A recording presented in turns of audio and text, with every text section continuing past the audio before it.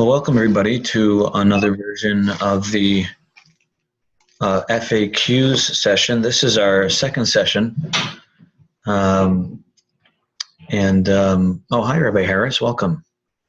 FAQs, or frequently asked questions, is a web-based series that we've been doing for a couple of years. And we took a break for a while, and we got started again last month. And hopefully it'll become a monthly thing. And as usual, the way it's kind of turned out is that although these sessions are really not to give me a platform so much just to spew my thing, but for you to be able to get into, grapple with, and try to understand how the human experience works and why that matters. But even if you don't speak up, I'll try my best to fill this time in a way that is hopefully relevant and helpful to you. So what we did last week's was titled Psychological Facts. And what we did was we spent some time laying out how fundamentally, from a principle-based approach, how is it that human beings actually experience what they experience? And through the use of some different metaphors, we tried to describe, for lack of a better term, that how we feel at any given moment is a perfect reflection of thought. And thought, of course, is just a word being used to refer to all three principles, which is mind, consciousness, and thought. Most importantly is that when we begin to see the fact of thought as being the sole catalyst, the sole reason, the sole origin, the one place from where our personal experience actually flows from, it begins to have some very relevant implications, particularly in that it rules out where it does not come from. It rules out the idea that our experience is somehow rooted in or caused by or originating from what is going on around us or from our past or some other very seemingly relevant sources. And what I wanted to do this week, unless someone has something else in particular they want to ask about, is to begin to pick at what specifically it begins to rule out. What are some of the things that get revealed in terms of not being the true source of how we happen to feel at any given moment? And so today's class was titled Truth and False Beliefs.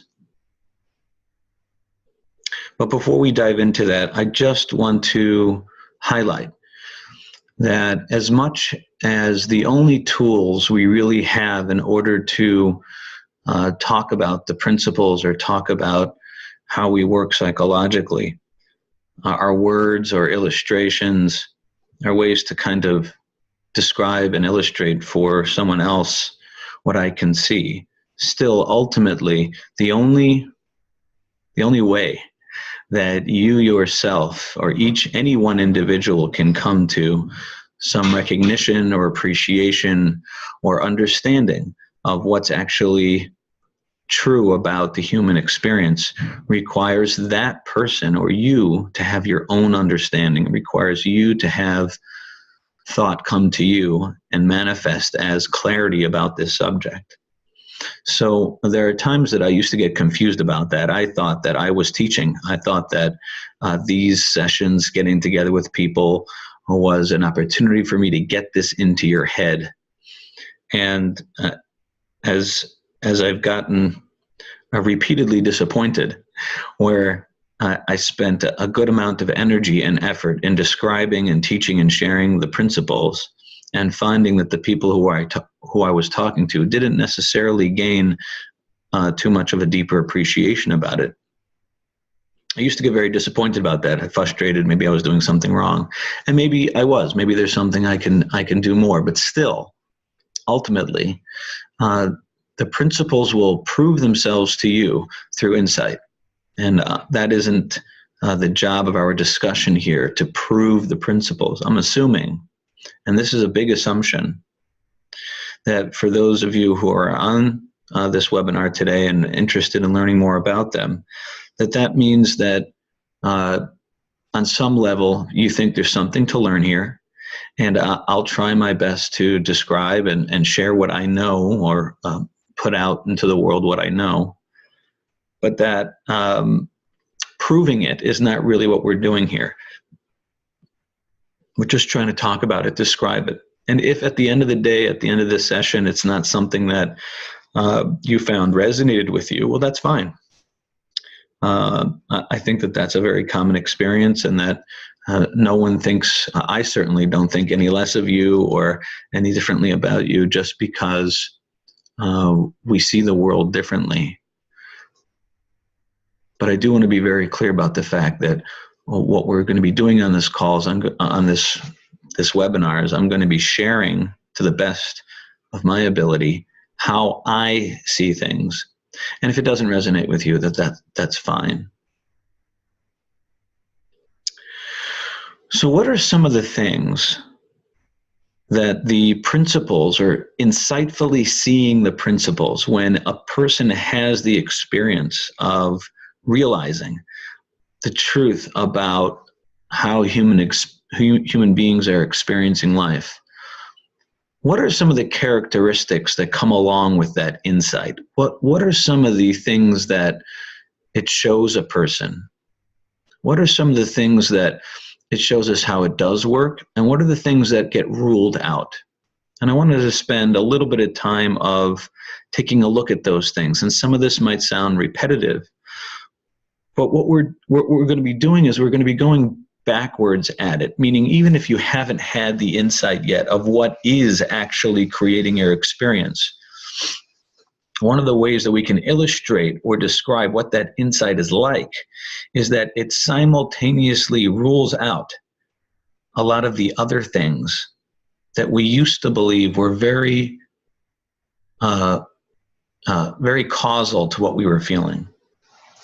So right now, if you were to walk into most psychology departments in colleges and schools of higher learning across the country and across the world, they're doing, in oversimplified terms, they're doing two basic things. One is they're describing what they see about a patient or about a certain set of behaviors.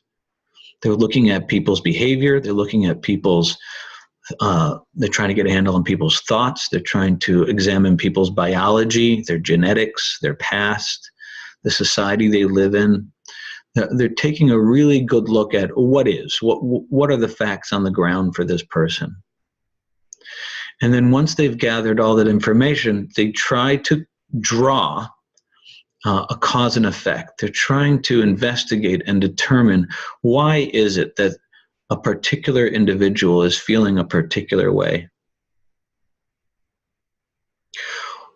One of the outgrowths of this approach is that when someone becomes convinced that the reason why an individual is experiencing mental illness, once they conclude that the reason has something to do with genetics or with the past, in essence, there's a huge wall put up, a psychological wall, or really just a mental kind of understanding about the person that basically says, this is who they are. This person is going to be experiencing this mental unwellness because the past really can't be changed. Genetics also, by and large, cannot be modified. And that's a natural outgrowth of how people relate to mental illness. Both the professionals in the world and both the patients begin to relate to the experience of mental illness as being something that's rather fixed, something that's almost embedded in a person. So much so that certain people conclude that this is who they are, and that all that's really left for life is to be able to maybe manage it, live with it as best they can. And that's a very common resignation that we find in the mental health world. That's an implication of believing that the true source of the experience of mental illness or mental wellness is coming from things around us or from our past. Now, I'm not saying that that's wrong. That's not what I'm trying to contrast here, but I do want to contrast that stance that people have, the implication that that understanding of mental illness has.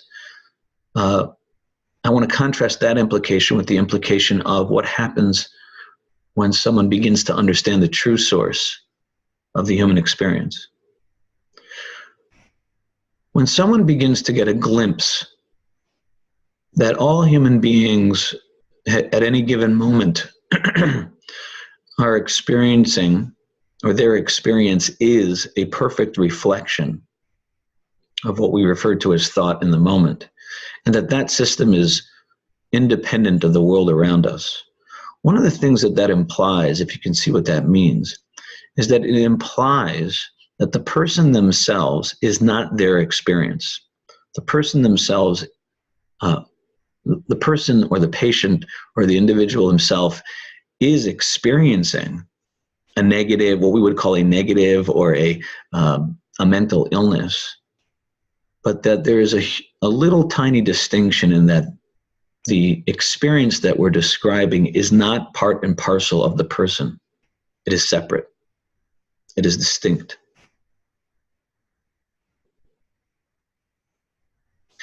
And that has implications with regards to how we treat that illness, how we relate to it. Behind the power of thought is an infinite, endless energy that holds the potential for any kind of experience.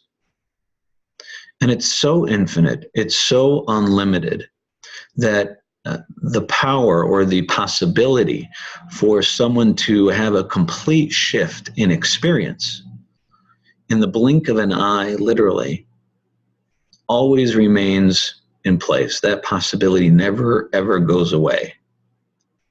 As long as the source is present and available, there is nothing in essence that can prevent a mentally ill person from suddenly rediscovering mental wellness, resilience, and living a life of vibrancy and vitality. An implication of the principles is not that that will happen, and that's not what I'm trying to describe here. Some people like to talk about the principles as being, once you discover them, you will be happy. I don't know anything about that. I know that there are many, many people who have discovered the truth of an inside-out world. Many people have come to discover that whatever they're feeling is a reflection of one thing and only one thing, and that's always going to be thought in the moment. But still, they have fluctuations of feeling. They still have ups and downs. They still have negative experiences and positive experiences. So one of the implications of the principles is not that you will always be happy or that you will always know the principles. The implication that I'm drawing here is that seeing the fact of the one source of our experience and comprehending its infinite nature shows us that we, as long as we're alive, are always primed in the next moment to have any kind of experience, regardless of what we've been feeling or experiencing up until today, up until this moment. And that's in stark contrast to the current understanding that's held by the wider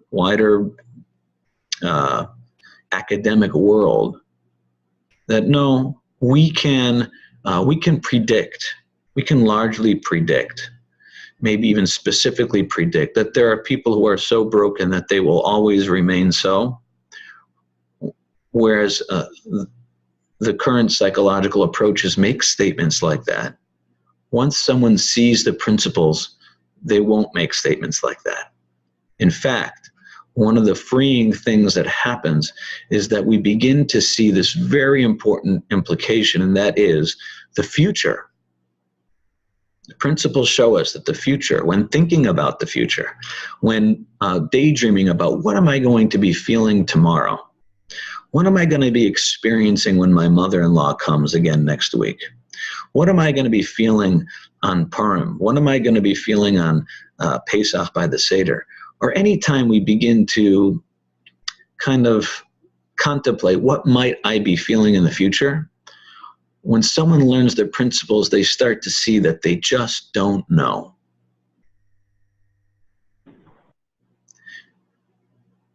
That's in stark contrast to the way we currently think about circumstances.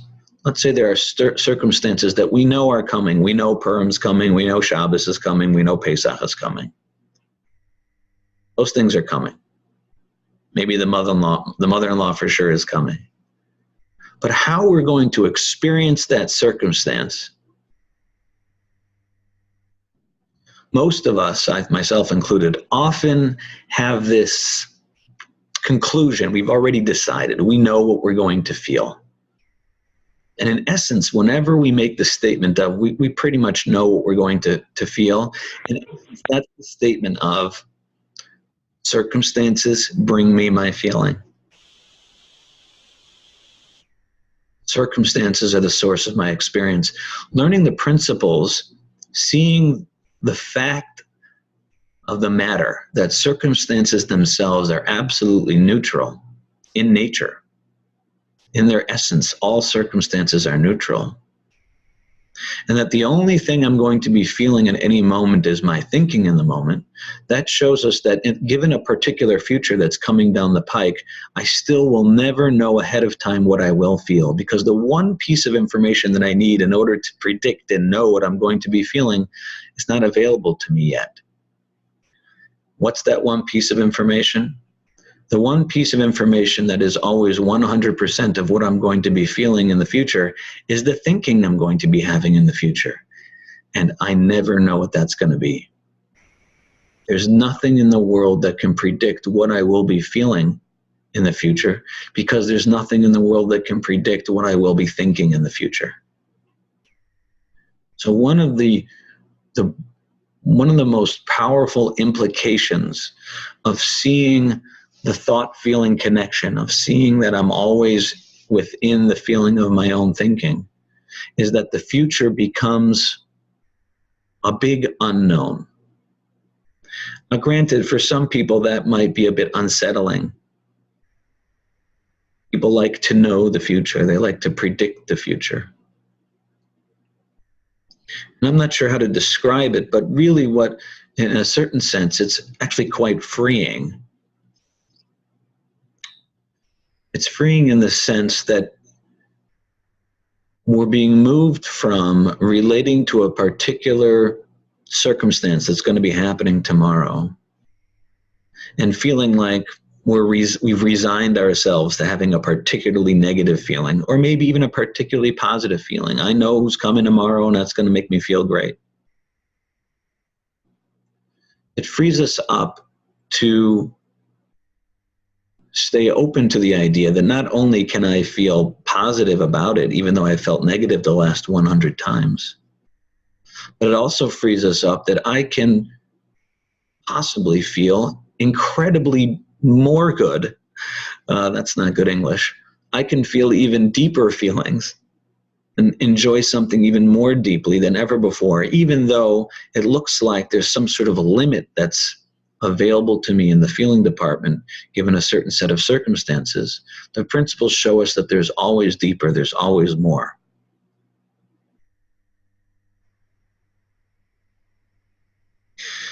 And ultimately, seeing the fact that I am always going to be feeling my thinking in the moment, whatever thinking is coming to me now, that's what I'm going to be feeling now. It takes off our mind a lot of the futuristic resignations that we used to make, or the negative anticipation of something that would be coming. It takes a lot of that off our minds. It begins to look less relevant, less logical to whine to ourselves about a future circumstance, or to whine to ourselves about a certain feeling that's going to be coming, because I really don't even know if it's coming or not. And so it just begins to look less relevant to occupy ourselves with chewing over the idea that I'm going to feel bad tomorrow because something's happening tomorrow. We stop making that connection. And as always, one of the hallmarks of insight is that it takes off our minds things that were previously occupying it. We used to be preoccupied with a certain feeling that we thought was coming tomorrow, and now we're less preoccupied with that, leaving us lighter-minded and freer. And that's the hallmark of insight, is that it takes things off our minds. It doesn't take everything off our mind, but it does simplify. It does show us that there are certain things that we used to think were very important to think about that no longer look so important to think about. They look like it's not rooted in truth, so we're going to drop it. And we've been doing that our whole lives. When we learn something new and it shows us what we previously thought was true but is really false, we just spend less time thinking about those ideas, or at least they're less tempting. They're less tempting. So that's an example of a false belief that the truth wipes away. What's the false belief? Just to say it succinctly, the false belief is that I know how I'm going to be feeling in the future because I know the circumstance that's coming in the future. The principles show us, even if I know the circumstance that's coming in the future, I still don't know what thinking and thus what feeling I'll be having in the future. So I'm going to pause here for a minute. We've got a couple people who are on the webinar, are on with webcams, but the majority of you are on the phone. But you're encouraged to unmute yourself by pressing *6 if you have any questions or comments or anything that you want to share.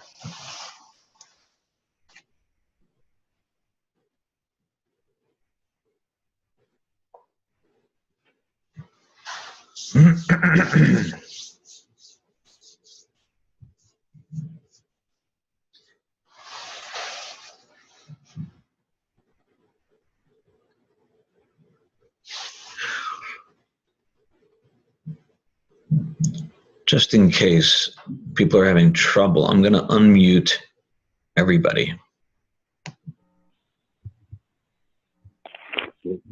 Okay, everyone is unmuted. Is there anyone that had something that they wanted to share? So far, so good.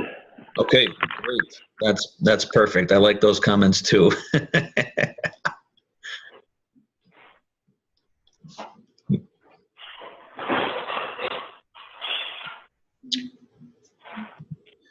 Okay, we're gonna carry on here with, we're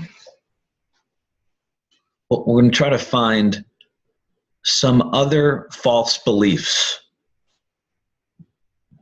that are removed when someone begins to understand or get a glimpse of how our personal experience is actually being created. One of the things that's incredibly compelling, another word to use it is it's quite distracting, is that there are often scenarios where we find that together with the appearance of a certain person or being in a certain place or a certain time happening during the day or the year, it seems that together, coupled together with the appearance of those things, emerges a particular feeling. Maybe it's even more than just emerging. It seems like they happen simultaneously. For instance, somebody might, God forbid, be in a car accident, and suddenly they're feeling, well, they're shaking and they're they're feeling quite, what's the word to describe that feeling when their hands are shaking and their heart is racing and they're just feeling out of sorts. It seems, or it is quite compelling to attribute or draw a line from the feeling back to the circumstance that just happened. They seem to come together. And there's so many instances of this. There's so many times, even for me, and I still get caught up in this, where with the appearance of a particular person talking to me in a particular way and a certain feeling then emerging within me that wasn't there before they were talking to me that way, it's very compelling to conclude that that feeling that's occurring in me, whether it's happy or sad, whether it's negative or positive, however you want to characterize it, it's very compelling to attribute that feeling to the sudden appearance of a certain circumstance from the outside. We, in the three principles world, or at least in certain sections of it, refer to that idea, that conclusion, that something on the outside made me feel something on the inside. We call that outside in.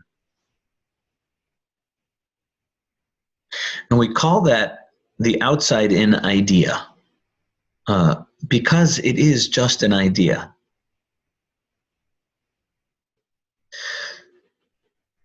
Now, of course, I can't prove to you that it's just an idea.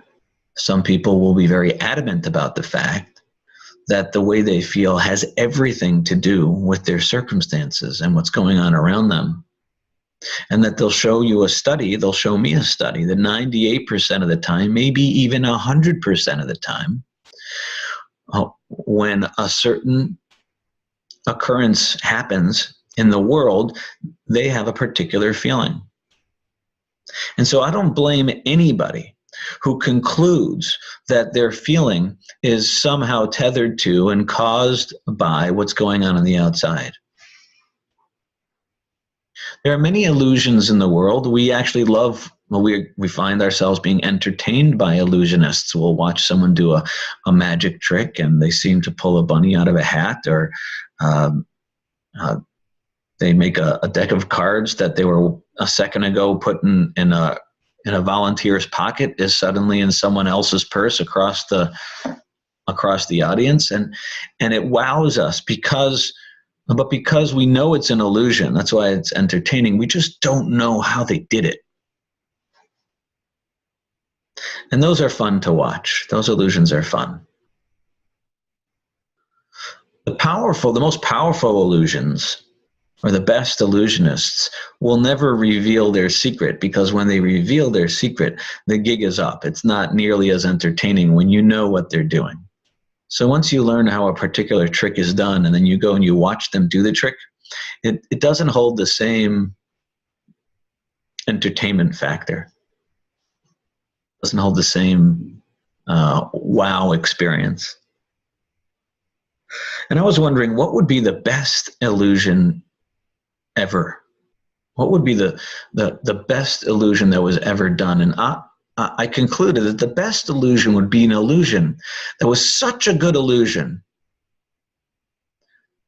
that no one even knew that it was an illusion. That would be the best illusion. That would be the most powerful, the most well-done illusion, is one that people are so convinced by the illusion that they don't even think that it's an illusion. One example of that, although we see through it today, was that if you look out your window, you will almost always see a flat horizon. I was driving back from Lakewood, New Jersey last night into Brooklyn, and I'm on the Verrazano Bridge. And off to my right, I can see the landscape of Brooklyn leading all the way past down the Belt Parkway. And even though I was on the Verrazano, which is quite high up, it still looked very flat. Powerful illusion that the world is flat. And there was a time when people actually thought that it was flat. But once we saw through that illusion, We're no longer distracted by the scenes of a flat earth, our experience of seeing a flat earth, because we know it's really round. And wherever that's relevant, we're always going to treat the world as round, even though it appears flat. But that's because we've seen through the illusion. We've all seen through the illusion. So it's not the best illusion in the world. Again, the best illusion in the world would be the illusion that a person can almost never see through. And that's the illusion.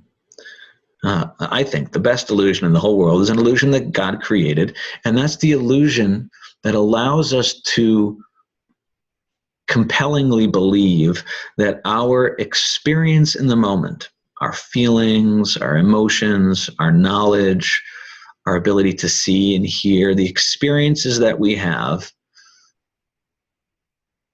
feel like they are available to us to be felt because of things that are going on around us.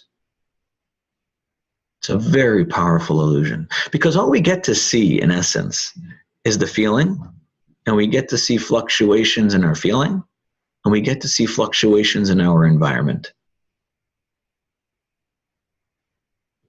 That's all we really have to examine, is our own feeling and the things going on that we see in our feeling or that we see around us. And so it's so easy to not only get caught up in the illusion, but to forget that that is an illusion to begin with. I'm not saying that the feeling is an illusion, and I'm not saying that the circumstances are an illusion. I'm inviting you to contemplate the idea, the outside-in idea, as being false because it is an illusion. The idea that my particular experience in this very moment is somehow limited by or brought to me by my circumstances or my past, that idea is an illusion.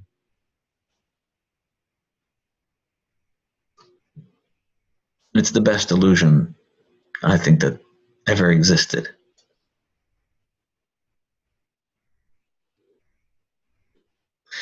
Because there are little clues. There are clues that help us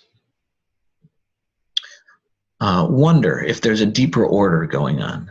And now these clues are not proofs about what else is going on. They're just little questions that pop up into our head, and sometimes we dismiss because we can't make sense of them. But other times we're like, well, no. I mean, if that question exists, I want to get to the bottom of it. And one of the questions is, why is it that, given that nothing around me is changing, my feeling is fluctuating? What is happening that accounts for that? Why is it, given a particular circumstance, do two people experience it in two completely different ways? Not only that, why is it that I myself sometimes experience the same circumstance in multiple ways at different moments? What accounts for that? What accounts for people who come from the most trying, difficult, negative upbringing, and yet they turn out to be really highly functional human beings with lots of love to give to the world? And other times we have people who come from what we would call the most perfect type of circumstances, and they end up being unwell. What accounts for that? And these are little questions that sometimes bother us. And what psychology has done is they said, well, we'll explain it to you. We can't tell you exactly why, but there's so many different factors that go into why a person is the way they are. It's really impossible to account for them all. Sure, a person may come from a very, very nice home with lots of loving parenting going on, and always having food on their plate and clothes to wear and lots of friends. But you don't know what else was going on. There's a lot of other things that are unaccounted for, and those influences together make a person who they are. And it's quite sophisticated. It's quite complicated, and we're never going to get to the bottom of it. And that might be true. What if there was a deeper order? What if there was something something simpler, something that would clarify, simplify, predict, show us 100% of the time why any human being is feeling what they're feeling at a given moment. Wouldn't that be cool if we found that? Wouldn't it be wonderful if there were actually principles that explain the human experience? Like there are in chemistry or physics, mathematics. Principles are something that are constant. They're always true. Principles are something that are predictive, meaning that you can predict something about the future given the knowledge of particular principles. Principles simplify, and principles are universal, and they're impersonal. It doesn't have anything to do particularly with me. It's not my truth. It would just be something that's true about the world. It's true about how things work. So when we talk about principles, we're talking about things that are true for everyone, and that they were true at the beginning of time. They were true at the creation of the world. They're not something that we accomplish or do. They're just true about how things work.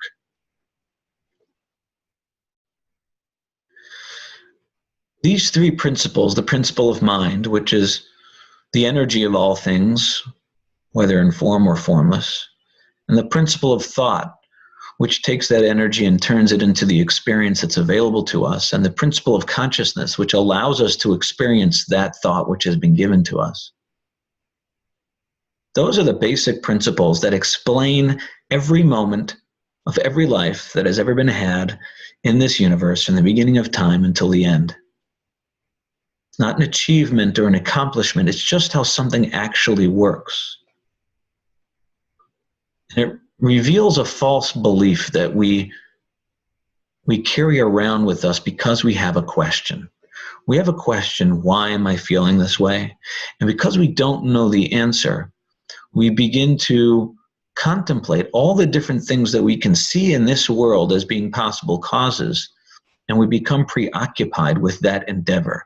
Let me find out what's going on out there so I can figure out what's going on in here.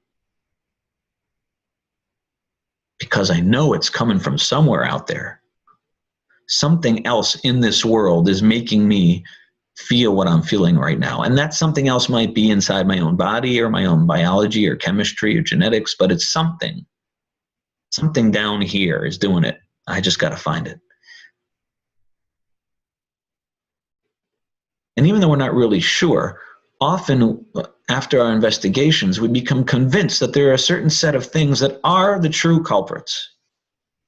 We get convinced, I get convinced that the way you're talking to me is the reason why I'm feeling how I'm feeling. So in addition to being preoccupied with the question, maybe unconsciously, and in addition to being preoccupied with the search for the answer, we then become preoccupied with what we think the answer is.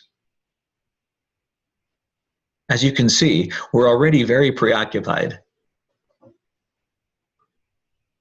And at this point, we begin to try to modify, change, control, or avoid the different things that we believe, that we've concluded are the true sources of our feeling. It might be a spouse, it might be a child, it might be a job, it might be something that happened in third grade. It might be how much I slept last night. There's all kinds of different things that we might conclude as being very, very important as to why I'm feeling what I'm feeling.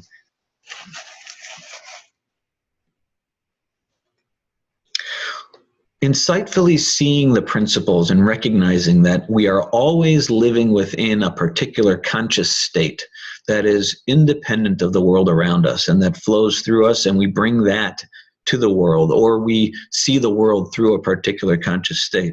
It removes from our minds all three of those categories. It removes the need to control our world so that we can feel a particular way. It removes the search for why are we feeling what we're feeling. and it removes the question in the first place. It removes the false belief, the false idea that something on the outside is making me feel what I'm feeling on the inside.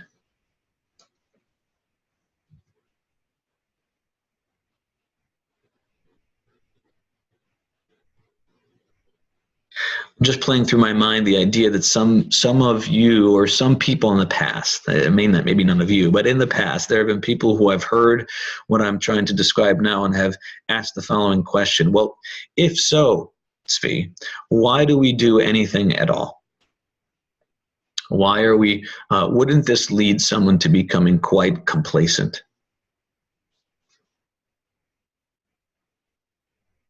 And I would say yes. It leads someone to being quite complacent about whatever they happen to be feeling for personal reasons. You no longer need to feel a particular way in order to go about doing whatever it is that you need to be doing in this world. So yes, it does lead someone to complacency, or it leaves someone with the ability to embrace and be quite okay with whatever state of being they find themselves in. But if in your world you need to eat, and so in order to eat, you need to go to work, so you're still going to go to work, but you're no longer preoccupied with the particular feeling you're having and what that means about the world around you, because you know it means nothing about the world around you. You still need to go to work, earn some money so you can eat. But you're doing that sans the preoccupation with all these different things that are making you feel in ways that you do or do not want to feel. For Torah Jews, one of the things that it frees us up to do is to be able to engage in the pursuit of what we believe is God's will for us, the 613 commandments and all their offshoots and all the things that are relevant to us. We're finally free to engage in those things despite whatever we happen to be feeling in the moment. Or really without the preoccupation of being weighed down with, why am I feeling this way? How can I avoid it? It's just going to take that whole parsha, that whole discussion off our minds.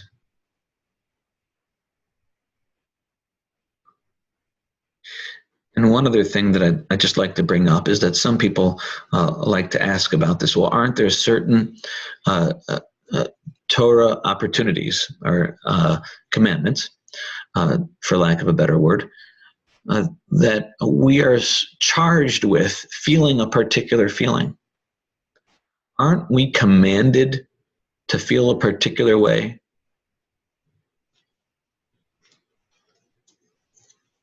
Absolutely, we are. One of the things that the principles led me to was to ask the question of how do we do that? Do I even have the power to create my own feeling? And I'm no Torah expert, and I've just done a little bit of research on it. And I could share with you what I've learned, but more importantly, I love that question. You should ask that question. How do we understand the Torah commandment to feel love for our neighbor or for our spouse or for God, or to feel awe of God? What are those commandments? How do we do them? How does that work? Look into it. You'll actually find that the Rishonim, I believe the Rambam is one of them, asks this question. It's a fundamental question of understanding this mitzvah, and it's something that I think we should understand in a deeper way, because if we are led to believe that we can create a feeling within ourselves via our own doing, that might be outside the truth, outside what we're actually commanded to do. There's something else. Some other way to understand what our actual remit is with regards to feelings. I'm hesitant to share what I've learned because, again, I am not a Talmid Chacham. I am not a halachic expert. And ultimately, you're going to have to ask your own guide to find out what your job is in these areas. But one of the starkest, and again, I'm just sharing my understanding of it. I might be wrong, and if I am, please come and tell me, because I want to get this right. I do. But Rabbi Yerucham Levovitz, who was the famed mashgiach of the Mir Yeshiva in Europe before the war, writes on the first parsha of Shemos in Exodus that there will be no claim against the wicked person. Why didn't you have fear of God? Why didn't you have awe of God? He'll say, what am I supposed to do? It wasn't given to me. And Rabbi Yerucham writes, he's right. There's no claim against him for not having the feeling, a tziter, a pachad of Shemayim, a fear of heaven. He says the claim against the wicked person who did not have Yiras Shemayim was, why didn't you do anything about it? Why didn't you read the books on ethics? Why didn't you watch people who were clearly God-fearing? Why didn't you hang out with them? Why didn't you act in a way as if you were God-fearing, so that in response to those actions, those efforts, that maybe then God would have bestowed upon you a fear of heaven? That's a very different approach that I ever had to Ahavas Hashem or Yiras Hashem. I thought it was my job to create the feeling. And it seems that at a closer examination of the Sfarim, that's not my job.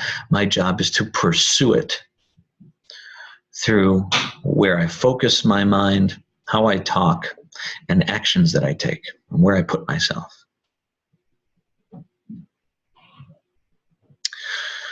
So finally, the second, just to kind of summarize here, the false belief that's being removed here in face of the truth is the idea that I can make myself feel a certain way just by focusing my mind.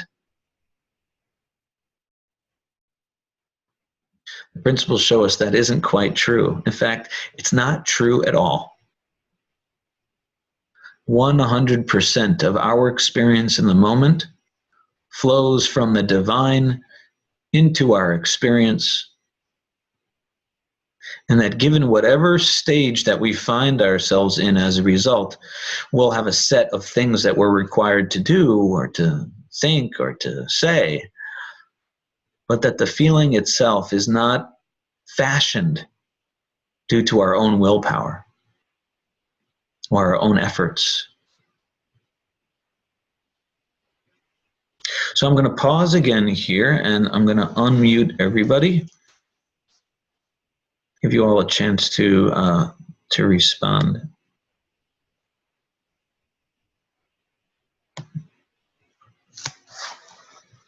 Does anybody have any questions? Everyone's unmuted.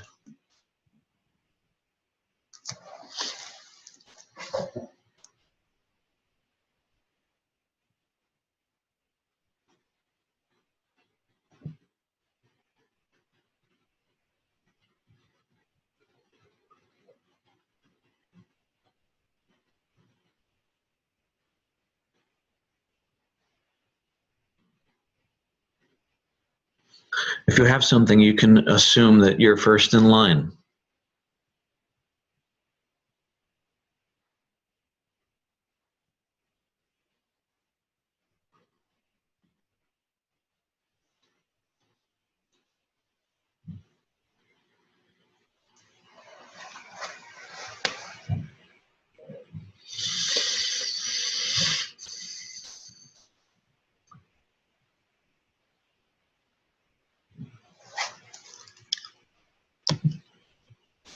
Hope I'm not doing something wrong here.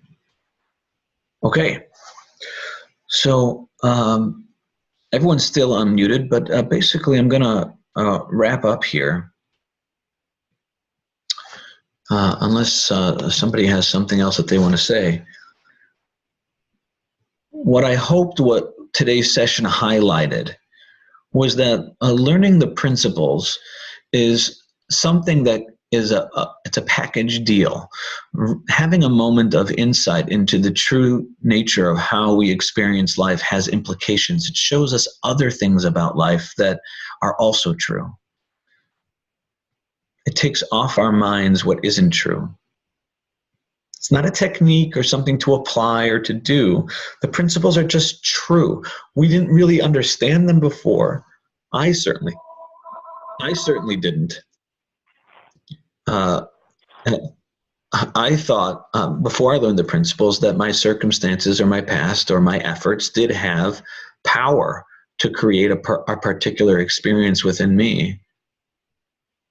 And so I operated out of that belief. And what the principles are doing, they're coming along and they're changing for us when you insightfully understand them and see them, when you understand for yourself what thought is, what mind is, what divine consciousness is, what these things are pointing to. When you get a glimpse into that, it will have immediate implications for you as well. And those implications show up as having false beliefs fall away and no longer be as tempting to sit and ruminate about or act upon. And that is the direction that the principles take us in for the rest of our lives. The principles are not something to learn, a piece of information that you get and then you put it in your pocket. The principles are forever unfolding for us. We're forever having more and more instances where we realize we had been relating to our feeling as coming from the outside, and we wake up about, no, this feeling is coming from the inside, from the logic of the three principles as well. And that happens over and over and over again in more and more instances. It also doesn't seem to happen exactly where I want it to happen. Like there are areas where I know I'm outside in with regards to how I relate to a particular experiencing I'm having. Usually it's about a certain person. And it's not unfolding for me there. But that doesn't mean that the outside in is true there. It just means it hasn't revealed itself yet to me in a deep enough way that I'm actually experiencing this particular person through my own thinking. And on some level, I still believe that how I feel about them has everything to do with them, whether it be positive or negative. So it doesn't necessarily unfold where and when we want it or how we want it. The principles surprise you every time. So before we end up over here, I'm just going to unmute everybody.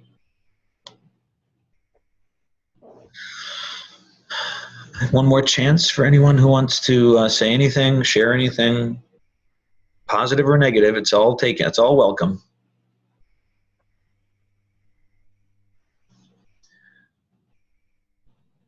Okay, well, thank you for joining, everyone. Stay tuned if you do want to be notified of future FAQ sessions. Just get on our email list through the website, or you can call me at 718-564-3429. Hello? Yes. Hello? Yeah, I just want to say this is the first time I've heard you, and I give you a grosse yasher koach. Thank you for an enlightening time. Thank you so much, yasher koach. Thank you for joining. I really appreciate it. It means a lot to me. Okay. Have a great Sunday, everyone, and a freilichen Purim. Amen.